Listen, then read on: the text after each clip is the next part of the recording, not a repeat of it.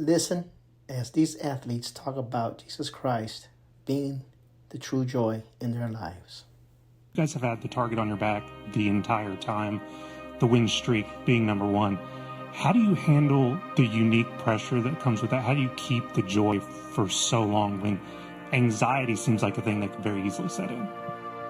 Well, the only way that you can have a joy that doesn't fade away is from the Lord. And any other type of joy is actually happiness that comes from circumstances and outcomes. I think Coach has said this before, but joy from the Lord is really the only thing that can keep you motivated, just in a good mindset, no matter the outcomes. Thankfully, we've had a lot of success this year, but if it was the other way around, joy from the Lord is the only thing that can keep you embracing those memories, moments, friendships, and all of that. So that's really the only answer to that, because there's no other way that softball can bring you that, because of how much failure comes in it and just how much of a roller coaster the game can be.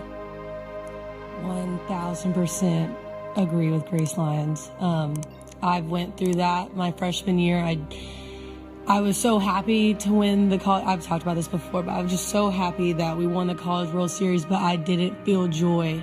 I didn't know what to do the next day. I didn't know what to do for that following week. I didn't feel filled, and I had to find Christ in that. And I think that is what makes our team so strong, is that we're not afraid to lose, because if it's not the end of the world if we do lose. Yes, obviously we've worked our butts off to be here and we want to win, but it's not the end of the world because our life is in Christ, and that's all that matters. Yeah, I think a huge thing that we've really just latched onto is eyes up. And you guys see us doing this and pointing up, but we're really like fixing our eyes on Christ. And that's something where, like they were saying, you can't find a fulfillment in an outcome, whether it's good or bad. And I think that's why we're so steady in what we do, and our love for each other and our love for the game, because we know this game is giving us the opportunity to glorify God. Mm-hmm. And I just think once we figured that out and that was our purpose and everyone was all in with that,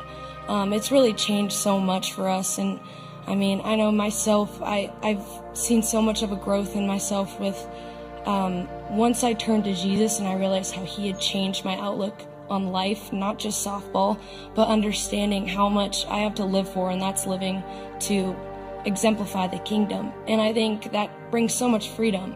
And I'm sure everyone's story is similar, but we all have those great testimonies that have really shown how awesome it is to play for something bigger.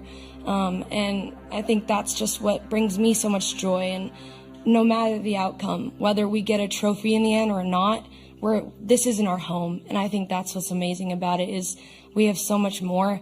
We have an eternity of joy with our Father, and I'm so excited about that. And yes, I live in the moment, but I know this isn't my home, and no matter what, my sisters in Christ will be there with me in the end, when we're with our King. So